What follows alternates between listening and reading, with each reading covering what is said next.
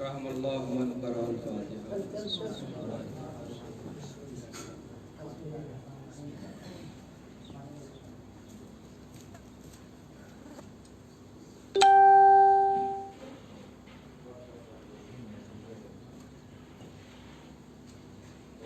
لا حول ولا قوة إلا بالله العلي العظيم. أعوذ بالله من الشيطان اللعين الرجيم. بسم الله الرحمن الرحيم. الحمد لله رب العالمين. الصلاة والسلام على أشرف الأنبياء والمرسلين. هو الذي صاحب التاج والمعراج والبراق والعلم. دافع البلاء والوباء والقحط والمرض والألم. اسمه مكتوب مرفوع مشفوع منقوش في اللوح والقلم. جسمه مقدس معطر مطهر منور في البيت والحرم. شمس الضحى بدر الدجى صدر العلا نور الهدى كهف الورى مصباح الظلم. جمیل الشیم شفیع الامم صاحب الجود والکرم. واللہ عاصمہ وجبرائیل خادمہ والبراق مرکبہ والمعراج سفرہ. وسدرۃ المنتہى مقامہ وقاب قوسین او ادنی. سید الثقلین نبی الحرمین امام القبلتین محبوب رب المشرقین والمغربین. مولا الکونین جد الحسن والحسین ابو القاسم محمد.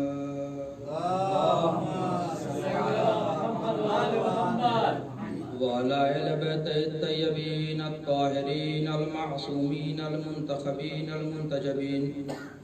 ولعنۃ اللہ علی اعدائہم ومنکر فضائلہم ومصائبہم اجمعین من آن الی قیام یوم الدین. اما بعد فقد قال رسول اللہ صلی اللہ علیہ وآلہ وسلم ان الحسین مصباح الہدی وسفینۃ النجاة. صلوات اللہ علیہ.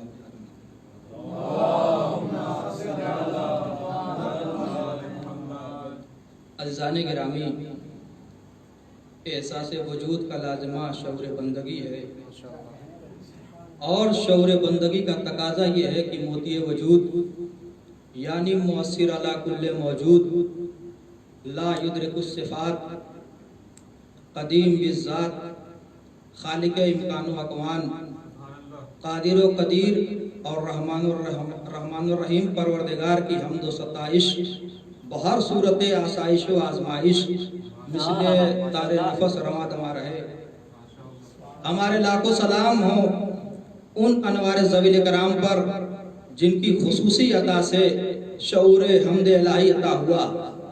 ہمارے لاکھوں سلام ہو اللہ کے ان منتخب اور برگزیدہ بندوں پر جن کے لیے اللہ نے لفظ درود کو خلق فرمایا.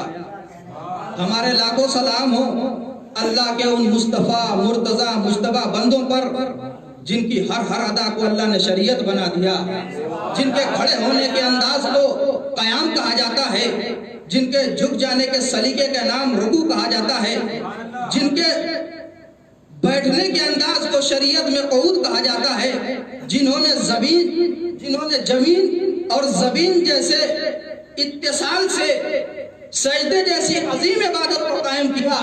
ہم یہ سمجھتے ہیں کہ اگر زمین سے مس ہو جائے تو سجدہ کہلاتی ہے، لیکن انہوں نے اس وقت سجدہ کیا جب نہ زمینوں کا تصور تھا نہ زمینوں کا تصور تھا.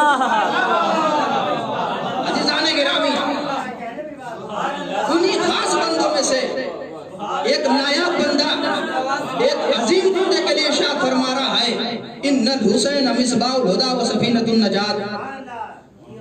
عزیزوں، ایک نایاب بندہ ایک عظیم بندے کے بارے میں ارشاد فرما رہا ہے، اس لیے کہ رسول علم نبوت اور نگاہ عصمت سے دیکھ رہے تھے کہ وادی شام سے ایک یزیدیت، طاغوتیت اور بادشاہیت کا سیلاب آنے والا ہے جو لوگوں کو بے دینی میں اس طریقے سے غرق کر دے گا کہ لوگ حلال و حرام میں تفریق نہیں کر پائیں گے. لہذا بار بار رسول ارشاد فرما رہے تھے ان الحسین مصباح الہدی و سفینۃ النجات. اے لوگو حسین ہدایت کے چراغ ہیں اور کشتی نجات ہیں. اگر تم چاہتے ہو کہ یزیدیت کی تاریخ سے نکل آؤ تو در حسین پہ آ جاؤ, ہدایت یافتہ ہو جاؤ گے. اگر تم چاہتے ہو کہ یزیدیت بادشاہیت اور طاغوتیت جیسے سیلاب سے بچنا چاہتے ہو تو سفینہ حسین پہ سوار ہو جاؤ, ہدایت یافتہ ہو جاؤ گے.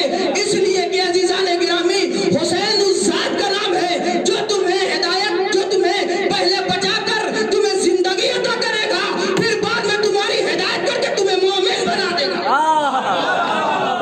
عزیزان گرامی وہ حسین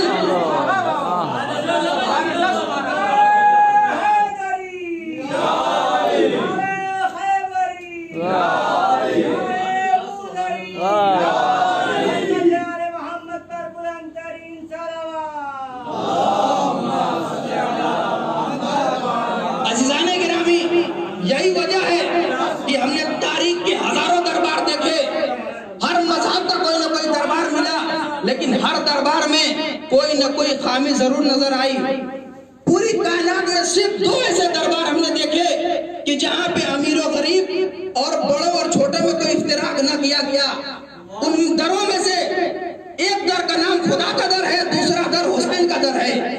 توقع ہوں جب امت مسلمہ نے چاہا کہ اللہ کے گھر کا طواف کیا جائے تو اللہ نے حکم دیا کہ ایسا لباس سے تن کر کے آؤ جس لباس کو پہننے کے بعد نہ امیر کو اپنے قیمتی لباس پہ غرور ہو, نہ فقیر کو اپنے کمتر لباس کو پہننے کے بعد شرمندگی ہو. عزیزان گرامی اللہ نے یہاں تک کہ سلائی جیسے جھمیلے سے بھی دور رکھا. اللہ جانتا تھا یہ امت مسلمہ ہے, ان کی زبان قینچی کی طرح چلتی ہے, اگر ان کو سلنے کا حکم دے دیا تو یہ بعد میں کہتے ہوئے نظر آئیں گے ارے لباس تو ایک جیسا تھا لیکن میرا گدی مہنگا والا تھا, تمہارا گدی سستا والا تھا. عزیزان گرامی توجہ چاہتا ہوں, لہذا اللہ نے سلائی جیسے جھمیلے سے بھی انسان کو دور رکھا. تمہارے درمیان کتنا اختلاف ہو لیکن جب اللہ کے در میں آؤ, جب ہماری بارگاہ میں آؤ تو متحد ہو گیا نا. عزیزان گرامی یہی وجہ ہے کہ جب امت مسلمہ نے چاہا کہ خدا سے بات کریں تو اللہ نے حکم دیا کہ آؤ میرے دربار میں. اور جب دربار میں مسلمان آیا تو اللہ نے کہا اپنے شانوں کو جھکا دو, اپنی نگاہوں کو جھکا دو, اپنے دل کو جھکا دو, اپنی نظروں کو جھکا دو. عزیزان گرامی جب پوری امت مسلمہ نے اجتماع کیا کہ ہم مل جل کر اللہ سے بات کریں تو تمام امت مسلمہ نے مسجد میں آ کر حاضری دی. تو اللہ نے کہا دیکھو اگر اس صف میں کوئی غریب بیٹھا ہے تو کسی امیر کو اختیار نہیں کہ اس کو اٹھا دیا جائے. عزیزان گرامی اگر اس مسجد میں کوئی چھوٹا آگے بیٹھ گیا تو کسی بڑے کو اختیار نہیں ہے کہ اس کو اٹھا دیا جائے. عزیزوں پتہ چلا کہ ہمارے درمیان کتنے ہی اختلاف کیوں نہ ہو جائے لیکن جب ہم در خدا پہ آتے ہیں تو ہمارے یہاں اتحاد نظر آتا ہے. عزیزان گرامی خدا کے در کے بعد صرف ہمیں در حسین ملا جہاں پہ امیر و غریب اور چھوٹوں بڑوں میں کوئی افتراق نہ پایا گیا. یہ مجلس حسین دربار در حسین کا نام ہے. ہم نے دیکھا کہ اس مجلس میں جہاں امیر بیٹھا ہے وہی غریب بیٹھا ہے, جہاں بڑا بیٹھا ہے اسی کے پہلو میں چھوٹا بندہ نظر آیا. عزیزان گرامی یہیں تک نہیں, جب حسین کے نام پر تبرک تقسیم کیا گیا تو جو تبرک امیر کو دیا گیا وہی تبرک چھوٹے کو دیا گیا, جو امیر کو تبرک دیا گیا وہی تبرک غریب کو دیا گیا, جو تبرک بڑے کو دیا گیا وہی تبرک چھوٹے کو دیا گیا. عزیزان گرامی یہی وجہ ہے کہ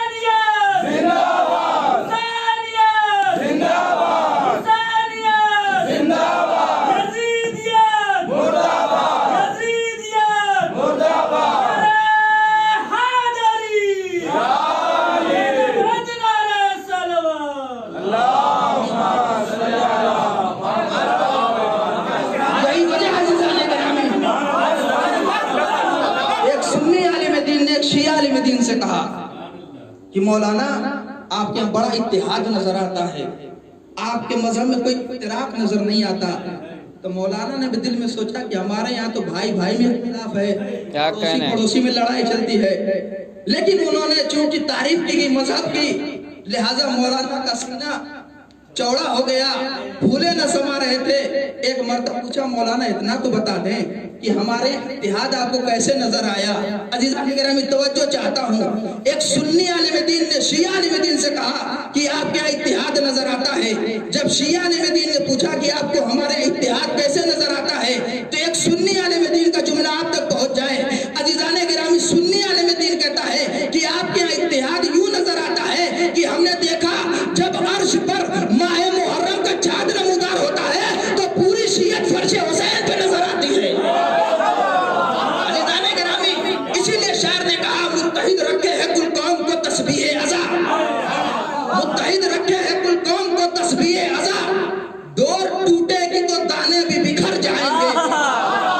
متحد رکھے ہے کل قوم کو تسبیح عزا، ڈور ٹوٹے گی تو دانے بھی بکھر جائیں گے. تو مچھلیاں رہ نہیں سکتی کبھی پانی کے بغیر، ارے ہم ہمیشہ سے جدا ہوں گے تو مر جائیں گے.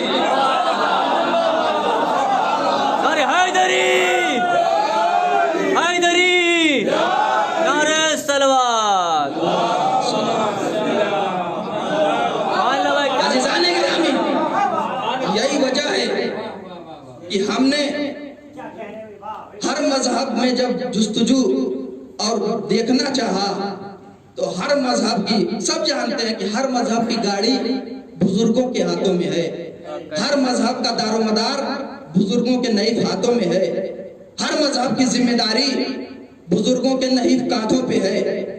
عزیزو ہم نے جب مسجد میں دیکھا تو بزرگ نظر آیا، جوان نظر نہیں آئے. ہم نے جب مندروں میں دیکھا تو وہاں پہ بھی بزرگ نظر آئے، جوان نظر نہیں آیا.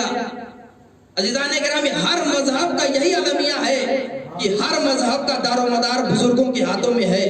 لیکن عزیزان گرامی جیسے ہی ایک حسین کا چاہنے والا، لاکھوں سلام حسین تیری ذات پہ، ہم نے دیکھا کہ جیسے ہی ایک حسین کا چاہنے والا مائک پہ آنے کے بعد کہتا ہے کہ مدرسے صراط المستقیم میں 8:30 بجے مجلس سید الشہداء کا انعقاد کیا گیا ہے، آپ حضرات سے شرکت کی گزارش ہے. تو ہم نے دیکھا کہ حسین کے نام پر، حسین کے پروانے، حسین کے ازادانے میں ایسے آتے ہوئے نظر آئے ارے جیسے پروانے آشیانے کی طرف جا رہے ہیں. عزیزان گرامی ہم نے دیکھا کہ جہاں مذہب کی بات آئی، ہر مذہب کی ذمہ داری بوڑھوں کے ہاتھوں میں ہے. لیکن جب کربلا والوں کی بات آتی ہے، چاہے وہ مجلس ہو، چاہے وہ جلوس ہو، چاہے وہ شبیداریاں ہو، تو ہم نے دیکھا کہ ہر جوان آگے بڑھتا ہے. مولانا یہ ذمہ داری ہمیں دے دیجئے، مائک لگانے کی ذمہ داری مجھے دے دیجئے، تبرک کاٹنے کی ذمہ داری مجھے دے دیجئے، مولانا کو لانے کی ذمہ داری ہمیں دے دیجئے. عزیزان گرامی خطیب اکبر کا جملہ آپ تک پہنچانا چاہتا ہوں. ایک مرتبہ ہم نے جب مذاہب کو دیکھا تو ہر مذہب کی گاڑی بزرگوں کے ہاتھوں میں ہے، لیکن کربلا والوں کی بات آئی تو ہر جوان ذمہ داری سنبھالنے کو تیار ہو گیا. اس کا مطلب یہ ہوا کہ ہر مذہب صحیح ہو گیا، کربلا آج بھی زندہ اور جوان ہے.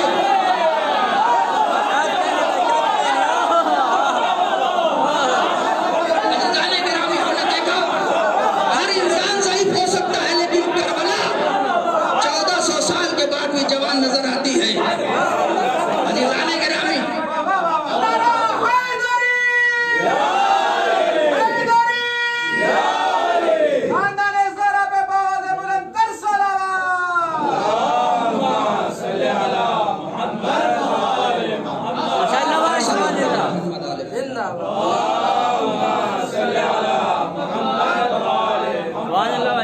عزیزان گرامی اگر کسی علماء کی روش یہ رہی ہے کہ اگر کسی قول کی گرانی کو دیکھتا ہے تو وہ پہلے دیکھتا کہ کس نے کہا ہے، یعنی قول کی عظمت قائل کے ذریعے پتا چلتی ہے. مثال کے طور پر اگر میں یہاں سے کوئی جملہ کہہ دوں نصیحت آمیز تو میرے جملے کی اتنی قدر نہیں ہوگی، لیکن وہی جملہ اس لیے کہ ایک طالب علم ہے. لیکن اگر وہی جملہ ایک بڑا عالم دین کہہ دے تو اس جملے میں گرانی آ جاتی ہے. لیکن وہی جملہ اگر وقت کا مجتہد کہہ دے تو اس کی گرانی کی انتہا نہیں رہتی ہے. عزیزان گرامی لیکن اگر وہی جملہ وقت کا نبی یا امام کہہ دے تو اس کی عظمت و رفعت کی انتہا نہیں رہتی. عزیزان گرامی اب پتا چلا کون نبی حسین کا قصیدہ پڑھ رہا ہے کہ ان الحسین مصباح الہدی و سفینۃ النجاۃ. اس رسول کی عظمت کے لیے صرف ایک جملہ کہہ دینے کو کافی سمجھتا ہوں کہ اس رسول کی عظمت یہ ہے کہ جس کے وجود کا اتنا اثر کہ سوکھے درخت کے نیچے آ جائے تو وہ ہرا بھرا ہو جائے, جس کا لعب دہن کا اتنا اثر کہ اگر سوکھے کنویں میں ڈال دے تو پانی سے بھرتا ہوا نظر آئے, جس کی حق و صداقت کا اتنا اثر کہ اگر کنکری کو ہاتھ میں لے لے تو وہ کلمہ پڑھتی ہوئی نظر آئی. وہ رسول وہ ہے جس کو زبان چسائے وہ ولیوں کا سردار, جس کو آگوش میں پڑھائے وہ جنت کی عورتوں کی سردار, ارے جس کو اپنے کاندھوں پہ بٹھائے وہ جوانوں نے جنت کے سردار ہیں. ایک صلوات پڑھ دے محمد آل محمد. عزیزان گرامی یہیں تک نہیں, اگر اس رسول کی عظمت کو سمجھنا ہے تو آئیے ہم دیکھتے ہیں کہ رسول کا قصیدہ پروردگار قرآن میں یوں پڑھتا ہوا نظر آیا کہ جب رسول کے زلفوں کو دیکھا تو ارشاد فرمایا واللیل اذا یغشاہا, پیشانی کو دیکھا تو ارشاد فرمایا سیماہم فی وجوہہم من اثر السجود, نطق کو دیکھا تو ارشاد فرمایا وما ینطق عن الہوی ان هو الا وحی یوحی. ارے عزیزان گرامی فعل کو دیکھا تو ارشاد فرمایا وما رمیت اذ رمیت ولکن اللہ رمی. ارے ذکر کو دیکھا تو ارشاد فرمایا ورفعنا لک ذکرک, سینے کی کشادگی کو دیکھا تو ارشاد فرمایا الم نشرح لک صدرک. ابدیت کو دیکھا تو ارشاد فرمایا تبارک الذی صلوات پڑھ محمد والے محمد پہ.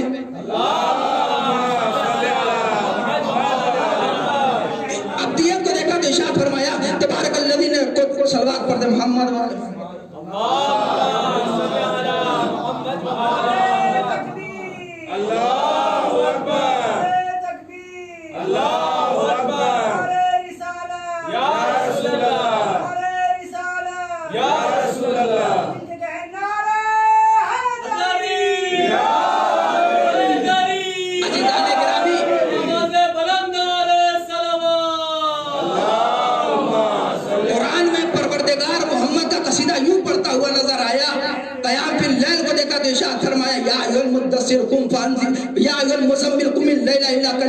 کپڑوں کی طہارت کو دیکھا تو ارشاد فرمایا یا ایھا المدثر قم فانذر وربک فکبر وثیابک فطہر. رسالت کو دیکھا تو ارشاد فرمایا وما محمد الا رسول. ایثار کو دیکھا تو ارشاد فرمایا ویطعمون الطعام علی حبہ مسکینا ویتیما واسیرا.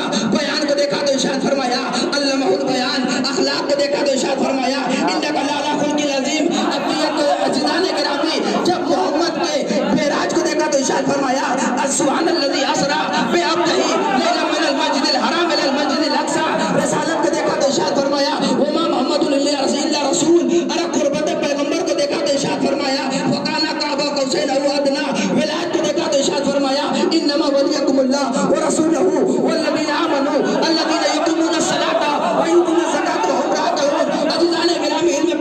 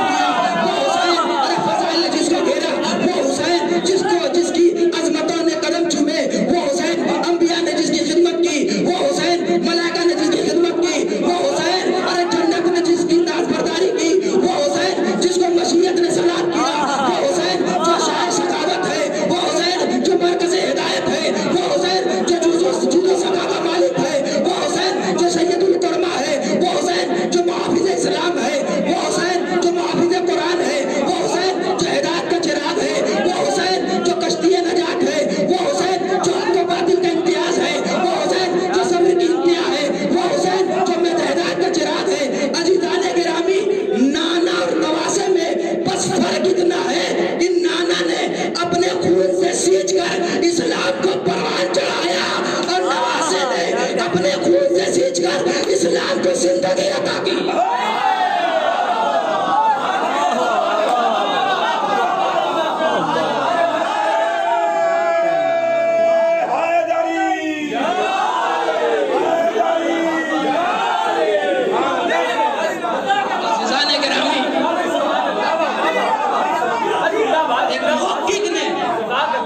ریسرچ کیا کہ آج کے دور میں بھی حسین کا کتنی زبانوں میں تذکرہ جاری ہے. تو اس محقق نے تحقیق کے بعد یہ بتایا کہ آج بھی 820 یا 21 زبانوں میں حسین کا نام لیا جا رہا ہے. عزیزان گرامی، وہ حسین جس کے نام کو یزید مٹانا چاہتا تھا، لیکن یزید مٹ گیا، حسین باقی رہا. مٹ گئے تخت و تاج، حسین باقی رہا. برباد ہو گئی حکومتیں، حسین باقی رہا. زمینوں میں دفن ہو گئے خزانے، حسین باقی رہا. بنی امیہ کی نسلوں کو کیڑے کھا گئے، حسین باقی رہا. سرنگود ہو گئی تلواریں، حسین باقی رہا. لاپتہ ہو گئے کرسی نشین، حسین باقی رہا. ارے برباد ہو گئی یزیدی صحافت، حسین باقی رہا. ٹوٹ کے شمشیر و خنجر، حسین باقی رہا. مر کے مر گیا یزید، حسین باقی رہا. ارے موت کے منہ میں آ گئے بکے ہوئے مورخ، حسین باقی رہا. عزیزان گرامی، وہ اسلام نے جب منظر دیکھا کہ جو کل کربلا میں آ کے مارنا چاہ رہا تھا، اس کا تذکرہ کرنے والا باقی نہیں. جو مرنے آیا تھا اس کا آج بھی 820 زبانوں میں تذکرہ جاری ہے. ایک صلوات پڑھ دے محمد و آل محمد پہ. عزیزان گرامی، جو عظمتوں کا مینارہ تھا، اس حسین کے لیے رسول ارشاد فرما رہے ہیں ان الحسین مصباح الہدی و سفینۃ النجاۃ. عزیزان گرامی، ذرا غور کریں. میرا عقیدہ یہ ہے کہ حسین ہی صرف ہدایت نہیں کرتے، بلکہ جو چیز حسین سے منسوب ہو جاتی ہے وہ بھی ہدایت کرتی ہے. اگر تعزیہ حسین سے منسوب ہو گیا وہ بھی ہادی ہے. اگر تبرک حسین سے منسوب ہو گیا وہ بھی ہدایت کرتا ہے. اگر فرش ازا حسین سے منسوب ہو جائے تو وہ بھی ہادی ہے. عزیزان گرامی، ممبر پہ بیٹھا ہوں، بغیر دلیل میں بات نہیں کروں گا. ایک بالکل سچا اور حقیقی واقعہ آپ تک سنانا چاہتا ہوں، اس بات کے ذیل میں کہ حسین سے جو چیزیں منسوب ہو جاتی ہیں وہ بھی ہدایت کرتی ہیں. ایک صلوات پڑھ دے محمد والے محمد پہ. عزیزان گرامی، 4 سال پرانا سچا واقعہ یہ ہے کہ آپ لوگ، چونکہ یہ وائرس چل رہا، لہٰذا میرے سامنے جو مجمع بیٹھا اس میں سے اکثریت ہندوستان چلی جاتی. کچھ اشرا پڑھتے، کچھ اپنے گاؤں میں مجلس اعزا کو منعقد کرتے.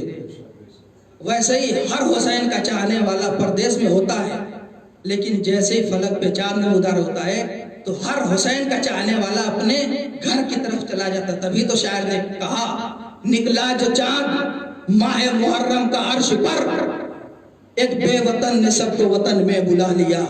ایسا ہی نہیں کہا عزیزان گرامی، ویسے ہی ایک مسافر جو حسین کا چاہنے والا تھا اپنے گھر آ رہا تھا. تو 4 سال پہلے آپ جانتے ہیں کہ محرم اور ایک ہندوؤں کا کوئی تہوار تھا، مجھے نام نہیں پتا، وہ یعنی ٹکرا جاتے تھے. لہٰذا جو ٹرین ہوتی تھی یا بس، اتنی بھیڑ ہوتی تھی کہ آدمی بہت پریشان رہتا تھا. تو یہ علی کا اور حسین کا چاہنے والا جب اپنے اسٹیشن پہ اترا تو اتنی بھیڑ تھی کہ ایک چور نے بھیڑ کا فائدہ اٹھاتے ہوئے، آپ لوگ بھی جب جاتے ہیں انڈیا تو سوچتے ہیں کہ ایک تبرک لے چلے یہاں سے مجلس میں بانٹنے کے لیے. تو ویسے ہی وہ بیچارہ جب اپنے یہاں سے چلا تھا تو ایک گتے میں بھر کے بسکٹ لیے ہوئے تھا کہ چل کے پہلی مجلس میں بانٹوں گا تبرک حسین. عزیزو، جب وہ آیا اسٹیشن پہ اترا تو چونکہ اتنی بھیڑ تھی اس نے گتے کو رکھا تھا. کسی نے پیچھے سے، ایک چور، جانتے ہیں چور اسٹیشن پہ موجود رہتے ہیں، ایک چور نے دھیرے سے گتے کو نکالا اور لے کے فرار ہو گیا. عزیزان گرامی، چور تو چلا گیا، جب گھر پہ پہنچا تو اس کو نیند نہیں آ رہی تھی، بے چینی تھی. جب اس نے کھلا دیکھا اتنے زیادہ تبرک کون لائے گا، تو سمجھ گیا، چونکہ ایک سنی تھا وہ چور، تو لہٰذا سمجھ گیا کہ کوئی شیعی ہوگا جو بانٹنے کے لیے اتنا زیادہ گتے میں بھر کے تبرک لائے گا، ورنہ کون اتنا لاتا ہے. بہت 5 پیکٹ 10 پیکٹ سے زیادہ نہیں لاتے ہیں. عزیزان گرامی، رات بھر وہ بے چین رہا.